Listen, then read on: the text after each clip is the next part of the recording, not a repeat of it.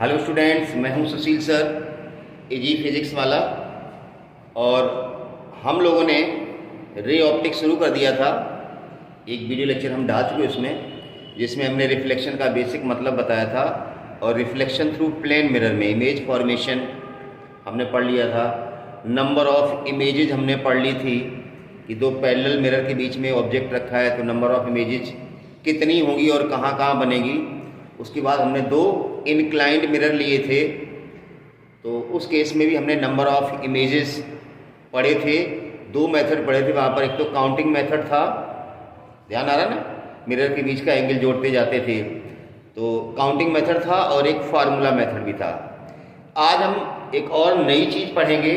मैंने कहा था ना कि आपने रिफ्लेक्शन तो 10th में ही पढ़ रखा है, लेकिन हम यहाँ पर थोड़ा सा आपको इस एडवांस स्टडी कराएंगे, क्योंकि आपको 12th के बाद बहुत सारे एग्जाम्स देने होते हैं, तो आप कोई भी क्वेश्चन प्लेन मिरर से रिलेटेड कर सकें, इस हिसाब से आपको ये रे ऑप्टिक्स पढ़ाया जा रहा है, और सारी वीडियो लेक्चर्स ऐसे ही आएंगे। तो आज हम पढ़ेंगे डेविएशन इन मिरर्स, ठीक है ना। मिरर में कोई रे किस एंगल से आ रही है तो रिफ्लेक्ट होने के बाद किधर जाएगी, तो डेविएशन कितना होगा। पहले हम सिंगल मिरर की बात करेंगे, फिर हम दो मिरर रख के डेविएशन करेंगे, और बहुत कुछ पढ़ेंगे, ठीक है ना। तो चलिए शुरू करते हैं, डेविएशन इन मिरर्स।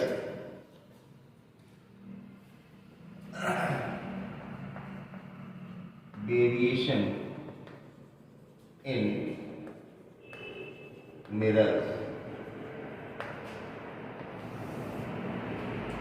पहले तो आप डेविएशन का मतलब समझ लें। जैसे ये मान लो कोई मिरर है, राइट, ये इंसिडेंट रे है, ये नॉर्मल है, और ये रिफ्लेक्टेड रे है।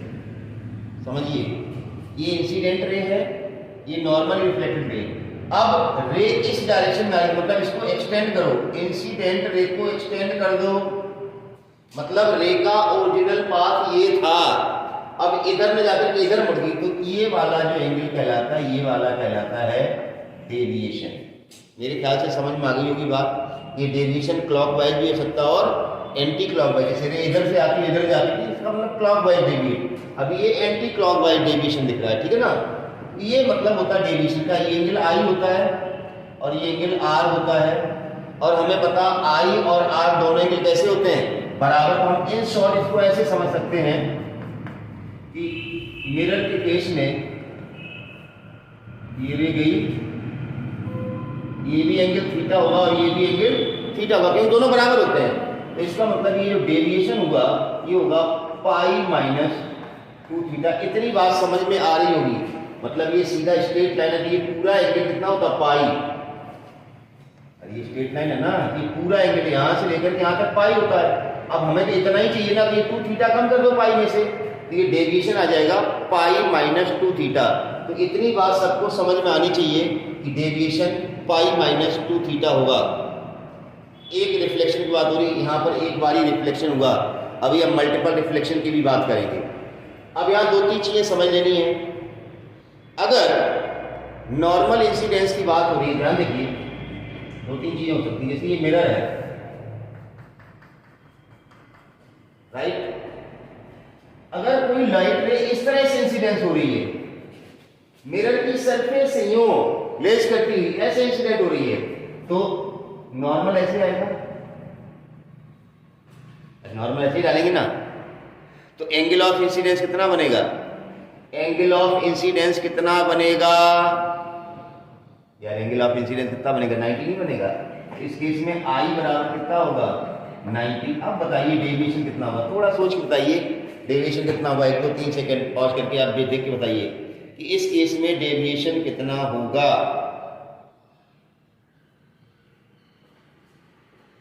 यार ये फार्मूला दिख रहा है, थीटा मतलब आई का मतलब क्या होता है, ये आई तो है, 2i तो है, ये भी आई ये भी आई, तो डेविएशन कितना होगा, 0। मतलब रे जैसे आ रही है वैसे ही निकल जाएगी ना, रिफ्लेक्ट होने के बाद कहाँ डेविएट होगी। जो मिरर सरफेस है उस सरफेस पे टेंजेंट बनाते हुए रे आ रही है, तो कहाँ से आएगी, रिफ्लेक्ट होकर क्या जाएगी, कहीं नहीं जाएगी, सीधी ऐसी चली जाएगी, सरफेस से चली जाएगी, नो डेविएशन। जैसे आ रही वैसी जाएगी। या आप इस फार्मूले पे लगा के देख लीजिए, आई आपने 90 लिया, ये 90 हो गया ना, ये वाला एंगल ऑफ इंसिडेंस कितना हुआ 90, आई जिसको हमने थीटा कहा था ये कितना हो गया 90, तो डेविएशन कितना होगा पाई माइनस 2 थीटा, 2 थीटा का मतलब क्या हो जाएगा 2 इंटू 90 180, पाई इटसेल्फ 180, 180 माइनस 180 कितना आएगा 0 आएगा। मतलब अगर कोई रे रिफ्लेक्टिंग सरफेस के से टेंजेंट बनाते हुए इस पे इंसिडेंट हो रही है तो उसका कोई डेविएशन नहीं होगा। एक और सिचुएशन ऐसे हो सकती है, अब की बार आप ही बताना, इस तरह से रे इंसिडेंट हुई, बताइए डेविएशन, कॉमन सेंस की बात है, इस तरह से रे इंसिडेंस हुई, रिफ्लेक्ट होकर वापस ऐसी जाएगी, इतना पढ़ाई है आपने, जैसे आ रही है रिफ्लेक्टेड बैक अपोजिट डायरेक्शन में रिफ्लेक्ट होकर चलेगी। अब बताइए यहाँ डेविएशन कितना होगा पाई, यहाँ पर एंगल ऑफ इंसिडेंस कितना बनेगा 0, क्योंकि नॉर्मल सरफेस के इंसिडेंट हो रही है और नॉर्मल डाल के एंगल ऑफ इंसिडेंस निकालते हैं, एंगल ऑफ इंसिडेंस 0 गया, थीटा कितना हो गया यहाँ पर 0, ये 0 गया, तो ये टर्म 0 गया, डेविएशन कितना आएगा पाई का। तो ये कुछ बेसिक केस थे जिसमें हमने बताया डेविएशन का मतलब क्या होता है, डेविएशन का मतलब क्या होता है, और ऐसे ऐसे क्वेश्चन एक एक नंबर में पूछ दिए जाते हैं नीट के एग्जाम में। बहुत ही सरल पेपर होता है लेकिन बच्चा बिल्कुल भी दिमाग नहीं लगाता है। तो चलिए अब इसको हम थोड़ा ऊपर लेके चलते हैं, हम अलग अलग केस लेते हैं, ठीक है ना। अब हम 2 मिरर लेंगे और उसमें डेविएशन देखें। यहाँ पर हमने सिर्फ डेविएशन का मीनिंग बताया कि डेविएशन बेसिकली होता क्या है।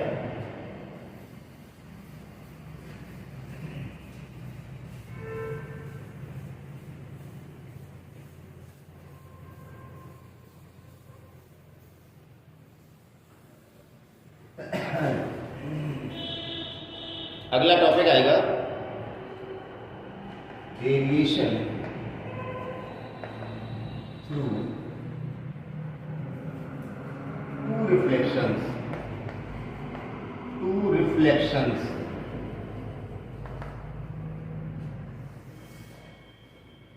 दो रिफ्लेक्शन की बात होगी। हम यहाँ पर 2 मिरर लेंगे।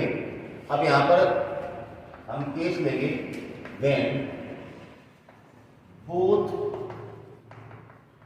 Mirrors are perpendicular.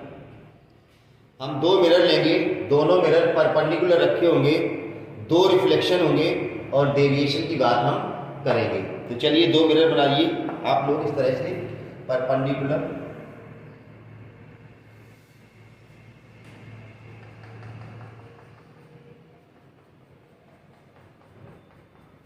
ठीक है, 2 परपेंडिकुलर मिरर हैं।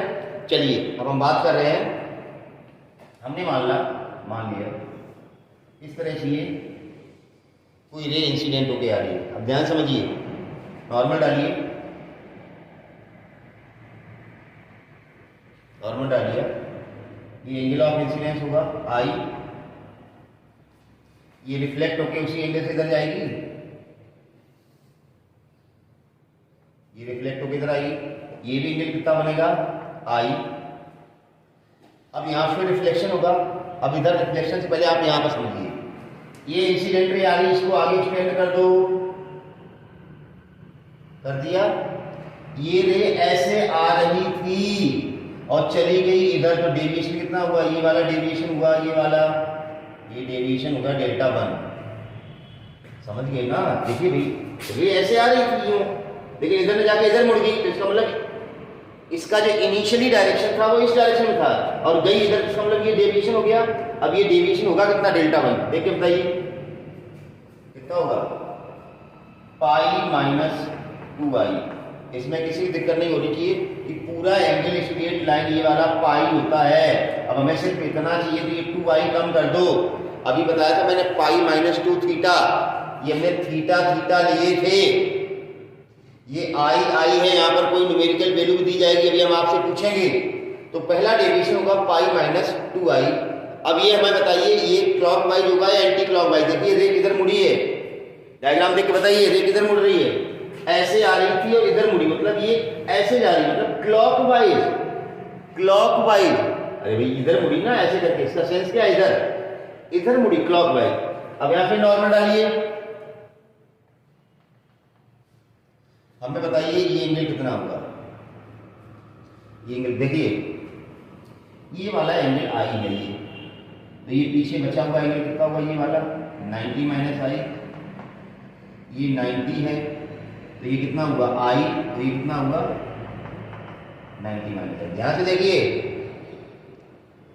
ये एंगल आई है ये वाला, तो ये पीछे का जो बचा हुआ, क्योंकि नॉर्मल है ना, ये 90 माइनस आई, ये 90 है, ये आई हुआ तो ये वाला कितना हुआ 90 माइनस, ये भी नॉर्मल है, तो ये 90 माइनस आई से इंसिडेंट हुई इस मिरर पे, तो इसी एंगल से वापस जाएगी।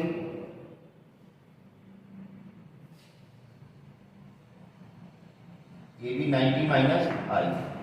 अब यहां डेविएशन निकालिए, इस रे को आगे एक्सटेंड कर दो,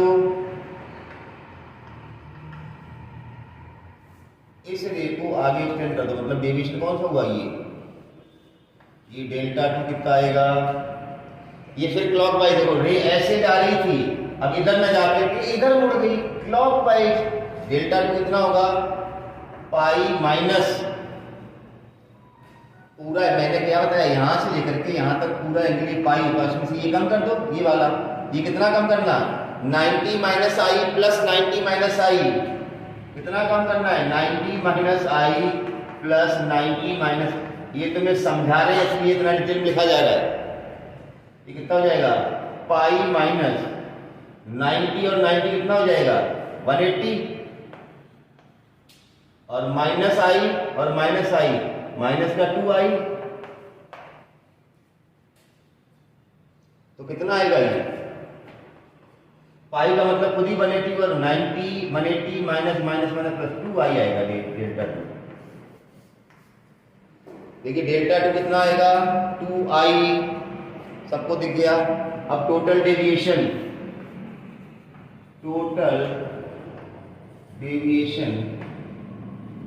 क्योंकि दोनों डेविएशन क्लॉकवाइज ही हैं तो हमें ऐड करना है, ऐसा होता है एक क्लॉकवाइज एक एंटी क्लॉकवाइज, तो हम नेट डेविएशन निकालते हैं। अब दोनों क्लॉकवाइज हैं तो डेल्टा 1 प्लस डेल्टा 2, डेल्टा 1 कितना था पाई माइनस 2 आई प्लस डेल्टा 2 कितना है 2 आई, ये 2 आई बन जाएगा, डेविएशन है कितना आया पाई,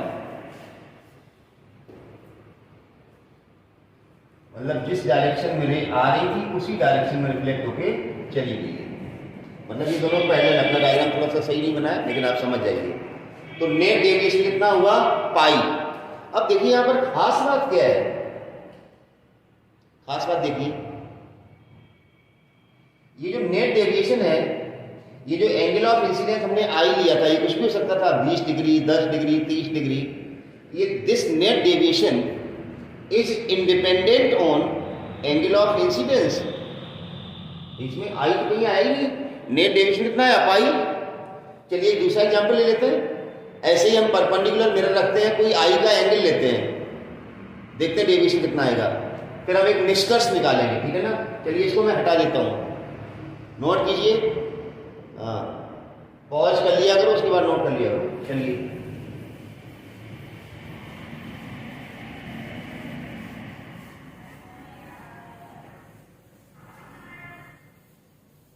कल जब हमने रिफ्लेक्शन शुरू किया था तो बच्चों को लगा हुआ क्या सर रिफ्लेक्शन तो हम 10th में पढ़ के आए थे, आप भी रिफ्लेक्शन पढ़ा रहे हैं, लेकिन फिर जैसे जैसे रिफ्लेक्शन आगे बढ़ा था तो आपको लगा हुआ यार यहाँ कुछ डिफरेंट है, ठीक है ना। और आज जब हम डेविएशन पढ़ रहे हैं तुमको कि यार ये तो हमने कुछ 10th में देखा ही नहीं था, डेविएशन वगैरह क्या होता है। चलिए वही सिचुएशन है, दो परपेंडिकुलर मिरर्स हैं, हम यहाँ पर ये बताना चाहते हैं कि अगर दो मिरर परपेंडिकुलर रखे हैं तो डेविएशन जो है ना वो एंगल ऑफ इंसिडेंस पे डिपेंड नहीं करता है, ये बात हमें लानी है किसी न किसी तरह से। चलिए हम एक रे ला रहे हैं किसी एंगल पे, चलिए हमने मान लिया एंगल 30 है। अब आप लोग नेट डेविएशन निकालें, देखिए ये 30 है, इधर भी 30 आएगा एंगल, ये 30 से ही जाएगी इधर यार, 30 से आई 30 से जाएगी, तो डेविएशन कितना हुआ है, इसको आगे एक्सटेंड कर लो और ये एंगल बताओ मैं कितना आएगा, ये वाला डेल्टा 1 पाई माइनस 60, कोई दिक्कत नहीं। और ये क्लॉक वाइज आएगा, इधर आई इधर भी क्लॉक वाइज। अब यहाँ पे नॉर्मल डालिए, ये एंगल बताइए। देखिए ये 30 है तो ये पीछे वाला 60 होगा, इतना था। अरे यार हमें ये वाला एंगल चाहिए, ये वाला इतना सा चल, ये पूरा नहीं नीचे तक, ये तो डेविएशन हो गया पूरा। कितना एंगल कितना होगा, ये 60 होगा और ये 90 है, ये 90 है, ये 60 है, तो ये कितना होगा 30 होगा भैया, ये 30 होगा भाई। देखो ये 30 है तो ये 60 हुआ। अब ये 60 हुआ और ये 90 है तो 90 और 60 कितना हुआ 150, ये 30 बचा ना, ये वाला 30 तो ये कितना हुआ 60, क्योंकि ये 30 आएगा। अब ये 60 है तो 60 पे इंसिडेंट हुई तो ये 60 पे ही जाएगी ऐसे करके इधर। ये भी कितना होगा 60, डेविएशन यहाँ कितना होगा, ये वाला ये डेविएशन होगा delta 2 equal to pi minus ये वाला दोनों 60 60 120। ये भी क्लॉक वाइज, पहला डेविएशन था पाई माइनस 60, दूसरा डेविएशन आया पाई माइनस 120। अब देखिए क्या आएगा रिजल्ट, डेल्टा बराबर डेल्टा 1 प्लस, तो डेल्टा 1 कितना आया pi minus 60 plus pi minus 120। देखिए पाई माइनस 60 और पाई माइनस 120 की जगह 2 पाई माइनस पाई, ये पाई और पाई 2 पाई माइनस 60 माइनस 120 तो माइनस 180 हो गया ना, ऐसे कर लो ना माइनस 180, मतलब तो पाई आया। इससे पहले वाले क्वेश्चन में रिजल्ट कितना था पाई, हमने कोई एंगल लिया तो रिजल्ट कितना आया पाई। इसका मतलब in case of two perpendicular mirror deviation is independent on angle of incidence, और डेविएशन हर हाल में कितना आ रहा है पाई ही आ रहा है। तो चलिए इसको भी नोट कर लीजिए, that is deviation is independent on I. Angle of incidence पे डेविएशन डिपेंड नहीं कर रहा है, और डेविएशन आ कितना रहा है, ये दोनों मिरर परपेंडिकुलर है, मतलब ये 90 का एंगल है तो डेविएशन हर बार कितना आ रहा है 180, मतलब twice of angle between two mirrors, ऐसा कुछ डेविएशन आ रहा है, ठीक है ना। तो चलिए दूसरे केस लेते हैं।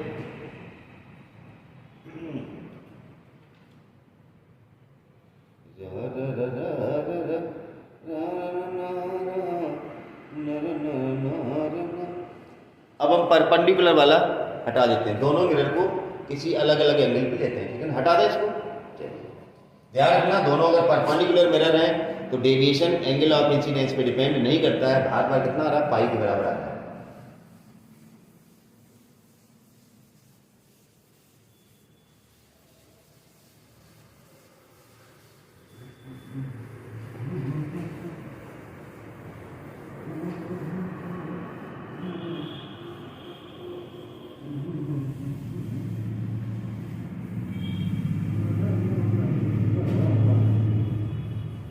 चलिए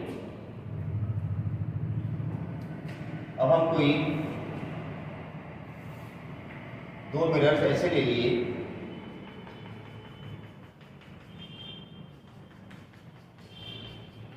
इनके बीच में एंगल जो है ना ये 70 डिग्री ले लिया है। दो मिरर के बीच में एंगल हमने ले लिया है 70 डिग्री। अब इस पे कोई रे डालिए,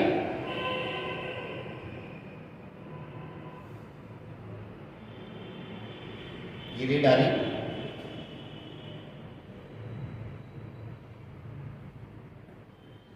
थोड़ा सा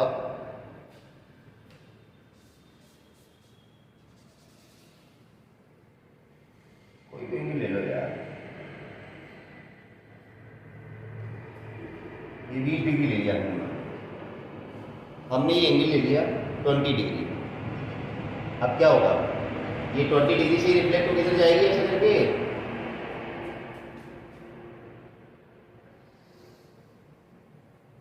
अब ये ज़्यादा कम बन जाता है, ये भी कितना हुआ,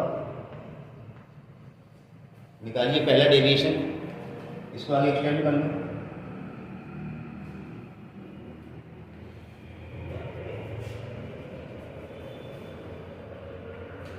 इसको आगे एक्सटेंड कर लो भाई। ये जो डेविएशन आएगा डेल्टा 1 इक्वल टू कितना आएगा, पाई माइनस 40, पाई माइनस 40 आएगा, ये क्लॉकवाइज आएगा।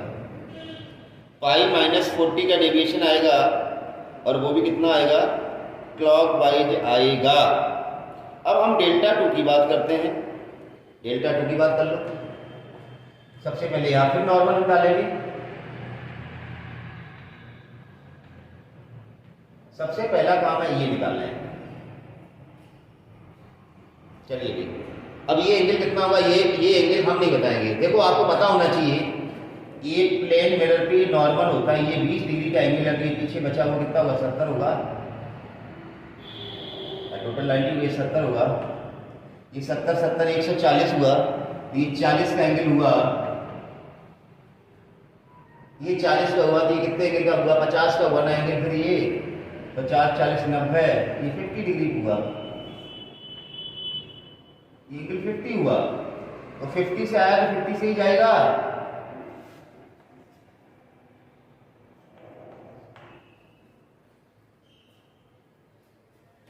फिफ्टी से आई है तो 50 पे ही जाएगी। अब बताइए यार डेविएशन कितना हुआ, इसको आगे एक्सटेंड कर लो, देखो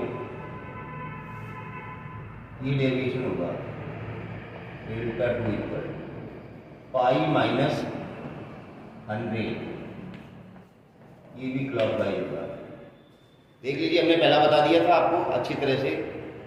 अब देखिए टोटल डेविएशन कितना होगा, total deviation delta 1 plus delta 1 कितना था, पाई माइनस 40 प्लस दूसरा कितना है, पाई माइनस 100, 2 पाई माइनस 140, 2 पाई का मतलब होता 360 माइनस 140, कितना बचेगा यार, 220 क्लॉकवाइज,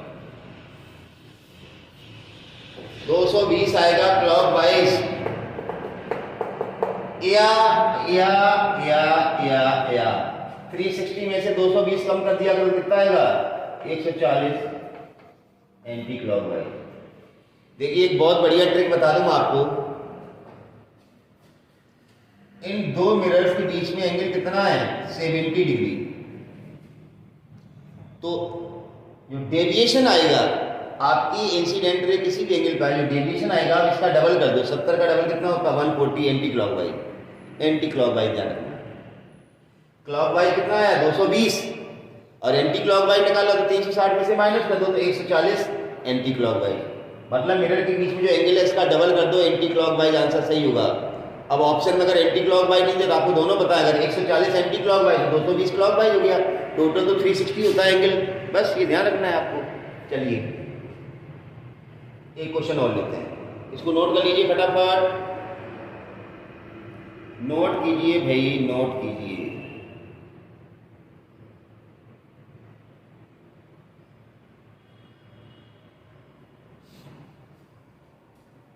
कर लिया, हटा दिया।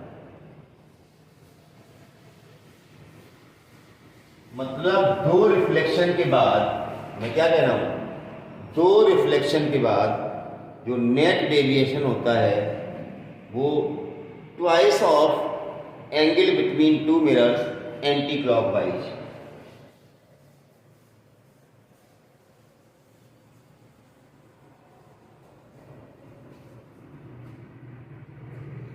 कोई भी क्वेश्चन लें, अब आप कर सकते हैं।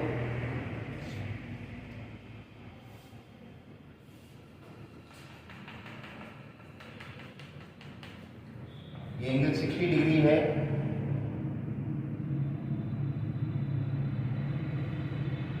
ये नॉर्मल है, ये रे आई 15 डिग्री से, इंसिडेंट रे। अब आप निकालिए नेट डेविएशन। हमें तो पता है इसका आंसर कितना आएगा, हमें पता है इसका डेल्टा जो नेट आएगा वो 60 का मतलब 120 डिग्री आएगा एंटी क्लॉकवाइज या 240 डिग्री आएगा क्लॉकवाइज। ये दोनों आंसर सही हैं। अब आप अपनी जो कॉन्सेप्ट आपको बताया गया कैसे किया जाता है उससे आप करेंगे तो ये आंसर आने वाला है। ये 15 डिग्री है, ये 15 पे जाएगी, ये 15 हो गया। डिवीजन देखो यहाँ पर, ये कितना हो जाएगा, डेल्टा 1 पाई माइनस 30 क्लॉकवाइज। ये 15 गया तो यहाँ पर कितना आएगा, ये 15 गया यहाँ कितना आएगा, 75। 75 15 90 का 75 और 60 कितना हुआ, 135। ये कितना बनेगा, भारी भारी भारी भारी। मतलब जिन बच्चों को एंगल ऑफ इंसिडेंस निकालना नहीं आता है, ट्रायंगल के तीनों एंगल का सम 180 डिग्री होता है, ये नहीं पता है। डेविएशन का मतलब रे किधर जा रही थी अब किधर चलेगी तो किधर मुड़े, क्लॉकवाइज एंटी क्लॉकवाइज, ये समझ में नहीं आता है तो वो तो साइंस छोड़ ही दें। मैं तो बहुत सही बात बता रहा हूँ उनको, नहीं तो इतना अच्छे तरीके से कोई नहीं बताएगा आपको जो मैं बता रहा हूँ आपको। ठीक है, आपको ये पता है ये 15 है, ये 75 बचेगा क्यों, नॉर्मल होता है, ये 90 होता है, ये 75 ये 60 बता दिए, एंगल पता चल जाएगा, ये पता चल जाएगा तो 90 में से माइनस करके एंगल ऑफ इंसिडेंस। तो ये तो बहुत कॉमन चीज़ है कि तीनों ट्रायंगल का सम। फिर से समझिए, ये 15 15 था 30, तो हमने जो डेविएशन निकाला 180 माइनस 30 कर दिया, ये पूरा 180 होता है। ये सीधी लाइन पकड़ लो, 180 में से इतना पीछे वाला कम करना 30, तो कम कर दिया।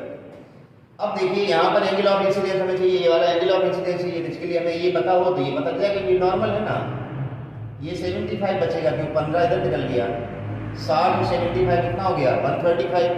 अब 135 अगर हो गया तो कितना जोड़ेंगे, 80 हो जाए, 45 जोड़ दो यार, ये 45 हो गया तो ये कितना हो गया, अगर ये 45 है तो ये भी 45 हुआ ना फिर एंगल, ये 45 हुआ तो ये भी 45 हुआ, मतलब ये 45 सीधा चली जाएगी। इतनी सी बात है। तो डेविएशन कितना होगा यहाँ पर, इसको आगे बढ़ा लो ऐसे करके। अगला डेविएशन ये डेल्टा कितना होगा, पाई माइनस 90। जोड़ो दोनों को, आंसर ये लिख दिए मैंने पहले ही। अब देखिए delta net equal to delta 1 plus delta 2। Delta 1 कितना है, पाई माइनस 30, डेल्टा 2 कितना है, pi minus 90, pi by 2 pi minus 30 90 120। देख लो कितना आ गया, 240 आ गया, 240 क्लॉकवाइज, और एंटी क्लॉकवाइज निकालना है तो यही वाला है 120। सिंपल सा लॉजिक है, चाहे ऐसे डायरेक्ट अब आप रिजल्ट याद कर लो। आपको निष्कर्ष क्या ध्यान रखना है कि जब दो मिरर थीटा एंगल पर इंक्लाइंड हो, ध्यान सुनिए, when two mirrors are inclined at an theta then total deviation after two reflections will be 2 theta this of double 2 theta anti clockwise, और 360 माइनस 2 थीटा कर दोगे तो क्लॉकवाइज आ जाएगा। आपको रिजल्ट आप सामने का। चलिए अब एक क्वेश्चन हम आपसे पूछ लेते हैं, देखते हैं बताते नहीं बताते।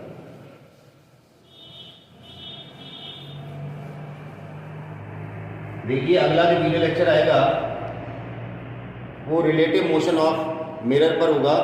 बहुत ही इंपॉर्टेंट वीडियो लेक्चर है। मैंने कहा इंपॉर्टेंट सारी, ये देखो सारी चीज़ें नीट और जेईई मेंस में आती हैं, वो आपको बताई जा रही है यहाँ 12th पे ही। तो अब आप नहीं पढ़ेंगे इसका मतलब आप सेल्फ गोल करना चाहते हैं, आप अपने आप जो है ना अपना कल्याण करना चाहते हैं, समझ रहे हैं ना। चलिए क्वेश्चन दे रहा हूँ।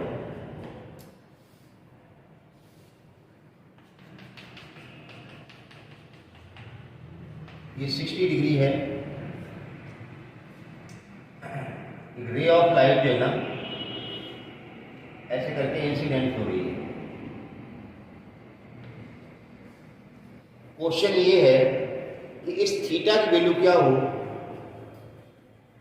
What will be the value of theta, इस थीटा की वैल्यू क्या हो, सो दैट रे retraces its path।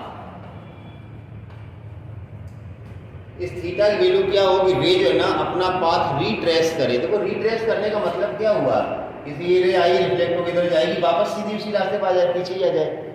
अब ये कब होता है, हमने क्या बताया था, ये प्लेन मिरर है, इस पर रे जब नॉर्मल इंसिडेंस होती है ऐसी, तभी वो रिट्रेस करती है अपना पाथ। जिस रास्ते से आई उसी रास्ते से चली जाएगी अगर प्लेन मिरर पे। पर इसका मतलब क्या हुआ कि ये यहाँ पर नॉर्मल इंसिडेंस होनी चाहिए, मतलब यहाँ पर जो एंगल बनना चाहिए ये 90 होना चाहिए। ये अगर 90 एंगल बनेगा तभी रिट्रेस होगा पाथ, जैसे जाएगी वैसे ही आएगी। तो इसका मतलब अगर ये एंगल 90 है, ये 60 है, तो ये कितना बचा, मैंने क्या बताया, रिट्रेस होने के लिए ये रे यहाँ पर परपेंडिकुलर जानी चाहिए तभी वापस आएगी, फिर ऐसे निकल जाएगी वापस। तो यहाँ एंगल 90 बनना चाहिए, ये देखो बताया ना आपको, ये 90 और ये 60 दिया था तो 150 हो गया, कितना बचा 30। अब अगर ये 30 है, ये 30 है तो ये एंगल कितना होगा 60, ये 60 है तो ये भी कितना होगा 60 डिग्री। हो गया आंसर, हो गया। मतलब ये एंगल थीटा कितना होगी, ये रे रिट्रेस करे अपना पाथ, ये थीटा कितना होना चाहिए 60 होना चाहिए। देखो हमने आपको बता दिया।